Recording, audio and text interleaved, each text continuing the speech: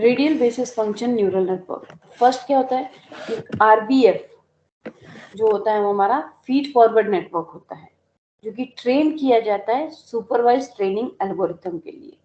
यहाँ पे लिखा है radial basis function network are feed forward network trained using a supervise training algorithm. अभी हम सुपरवाइज पढ़ रहे थे, अब इसका एडवांस नेम अगर कोई पूछा जाए तो रेडियल बेसिस फंक्शन या रेडियल बेसिस फंक्शन के फॉर्म में होगा, या और भी ज्यादा डीप में घुस के पूछ ले तो बोले feed forward network. That means आपसे सीधे सीधे बात की जा रही है सुपरवाइज ट्रेन एल्गोरिथम या सुपरवाइज फंक्शन की नेटवर्क की। They are typically configured with a single hidden layer of a unit whose activation function is selected from the class of a function called basis function. Basically अगर कहें कि हमारा RBF जो होता है वो सिंगल हिडन लेयर यूनिट पे configure होता है, जिसमें हमारे जितने भी एक्टिवेटेड फंक्शन होते हैं उसमें सिलेक्टेड फॉर्म सेलेक्ट किया जाता है कि किस पर्टिकुलर क्लास या किस पर्टिकुलर फंक्शन से ये सिलेक्ट किया गया है। दैट मीन्स एक सिंगल हिडन लेयर असाइन कर दी गई, उसी को हम बेसिस फंक्शन कहते हैं। While similar to back propagation in many respect, radial basis function network have several advantages.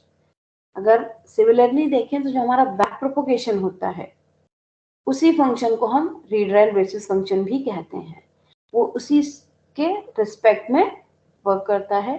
यहाँ पे डिफरेंट एडवांटेजेस है हमारे आरबीएफ के। तो यूजुअली हम देखें train match faster than the back propagation network.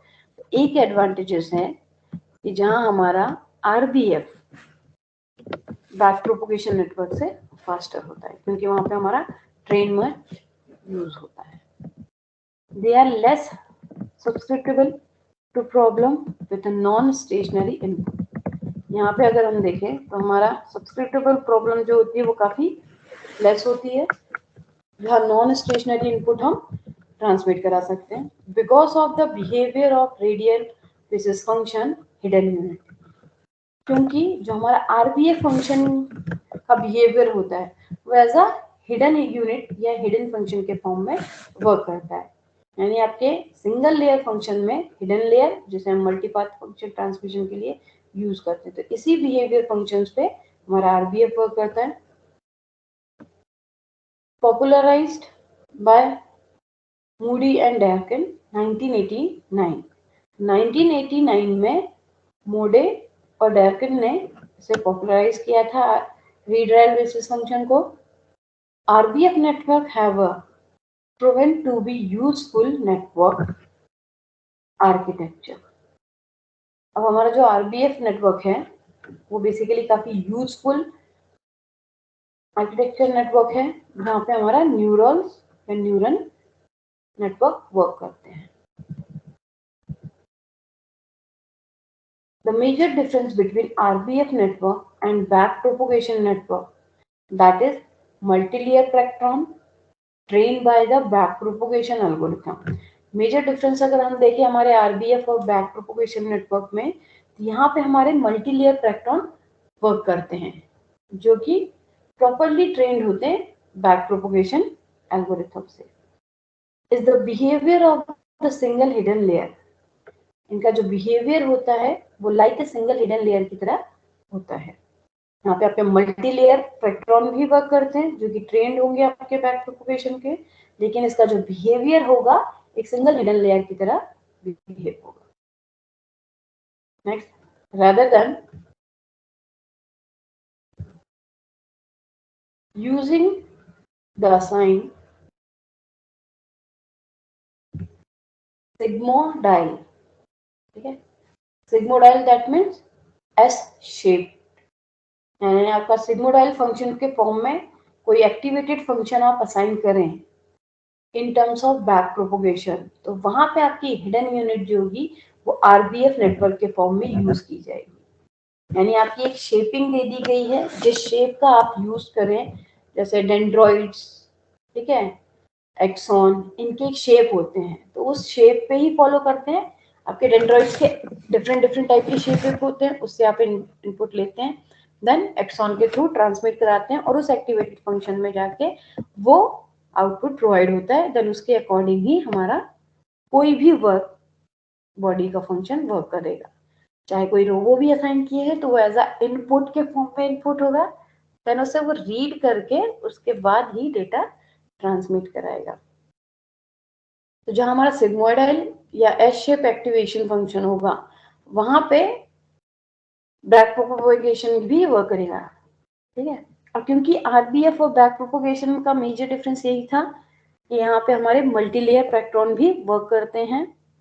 तो यहाँ पे जब हम गॉसियन और some other basis kernel function का यूज करेंगे, क्योंकि हमारे पास n नंबर ऑफ फॉर्म में हिडन नोड्स हैं। अभी प्रीवियसली ही आपने रिसेंटली देखा कि जहां हमारा सोम सेल्फ ऑर्गेनाइजेशन मैप होता है तो उस जगह पे भी हमारा आरबीएफ नेटवर्क वर्क करता है। Each hidden unit acts as a locally tuned processor that compute a score for the match between input vector and its connection weight और center, ठीक है।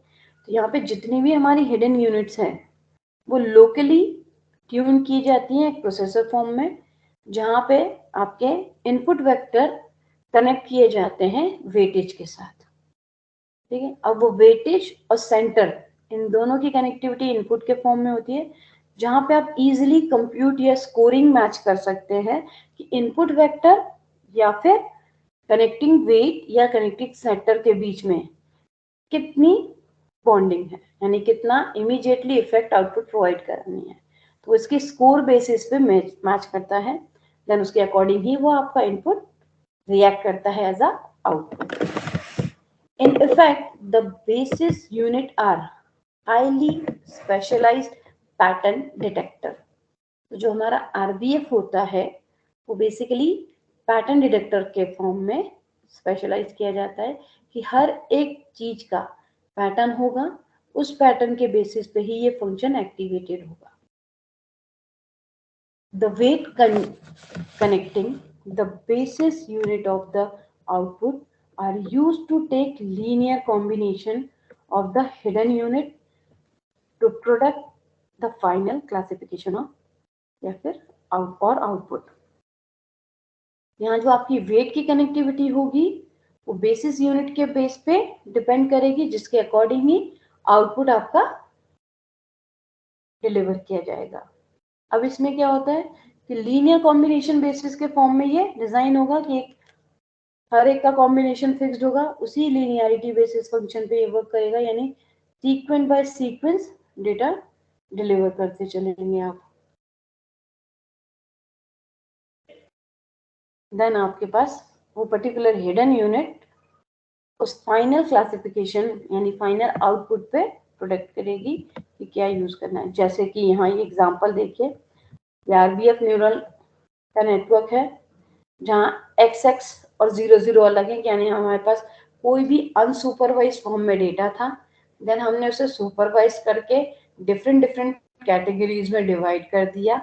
जैसे red for example of input of X1 circle, input of X2। अब यहाँ पे हम जब separate कर देंगे तो वहां पे आपको डिफरेंटली एक जोन से दूसरे नोड पे डेटा डिलीवर होगा। लेकिन इसका दूसरा देखिए कि जो ड्रॉ हुई है लाइन जिगजैग मोड में, कवरेज कभी ऐसा ऐसा हो कि रेड ब्लू के पास है या ब्लू रेड के पास है, सेंटरली हम सेपरेट नहीं कर सकते हैं। तो इस तरीके से बॉर्डर लाइन डिजाइन होती है जो कि कॉम्बिनेशन आपकी डिफरेंट है। लीनियर फॉर्म में है तो आप इजीली सेपरेट कर लेते हैं, क्लासिफाइड कर लेते हैं कि हाँ ये फाइनल आउटपुट हो गया, इसमें X1 की वैल्यूएं जाएंगी, 0 को रिप्रेजेंट कर रही है X2 तो वहां X2 के इनपुट जाएंगे, उसी के अकॉर्डिंग आउटपुट होगा। लेकिन आपके रीड फिटेड कवरेज को देखोगे तो ये जिगजैग मोड में आपके कवर हैं कि कहीं रेड पार्टिकल हैं कहीं ब्लू पार्टिकल हैं, तो आप कवर करते हो कि सारे रेड एक तरफ आ जाएं और सारे ब्लू एक तरफ आ जाएं। तो कुछ इस तरीके से स्ट्रक्चर आपका आरबीएफ नेटवर्क का दिखेगा। Read rail basis function are first introduced in the solution of the real multivariable interpolation problem. जो हमारा RBF फंक्शन है वो पहला मतलब इंट्रोड्यूस सॉल्यूशन है जो रियल मल्टी वेरिएबल पे सॉल्व किया जाता है. Broomhead and Lewin 1988 and Moody and Durkin 1989 were the first exploit the use of RBF function to design a neural network. तो जो हमारे ब्रूमहेड और लेव थे और मूडी और डर्किन थे, इन्होंने सबसे पहले एक्सप्लॉइट किया था आरबीएफ फंक्शन को डिजाइन मतलब न्यूरल नेटवर्क की डिजाइनिंग में यूज करने के लिए. The structure of RBL network is its most basic form of involve three entirely different layer.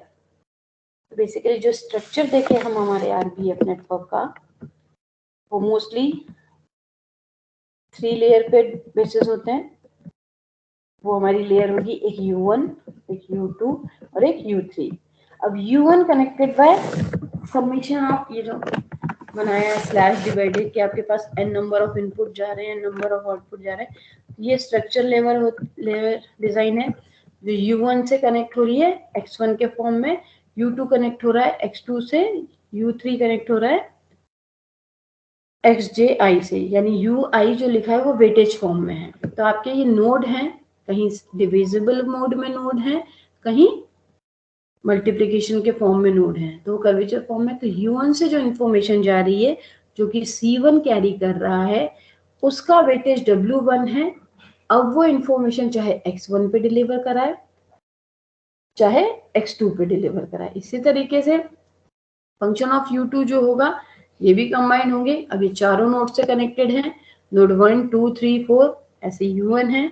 ऐसे ही हमारे UI जो वेटेज के फॉर्म में है कि IJ के फंक्शन में अगर आप ट्रांसमिट करें इस फॉर्म में आपका कॉम्बिनेशन जाएगा, देन आपका ये RBF नेटवर्क वर्क करेगा. यानी एक नोड दूसरे नोड से कनेक्टिविटी भी बनाया है, साथ ही साथ उसकी इंफॉर्मेशन को बैक प्रोपगेशन के फॉर्म में ट्रांसमिट कर रहा है कि अगर नोड 2 जो कि U2 रिप्रेजेंटेड है जिसकी वैल्यू C2 है वो ट्रांसमिट करेगी W2 वेट के साथ पोजीशन नंबर X2 पे.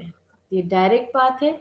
इनकेस डायरेक्ट पाथ अवेलेबल नहीं है तो हिडन लेयर फ्रैक्टॉन का यूज करते हुए वो पाथ फाइंड आउट करते हुए डेटा डिलीवर कराएगी. The input layer is made up of sources node, sensory unit, whose number is equal to the dimension P of the in.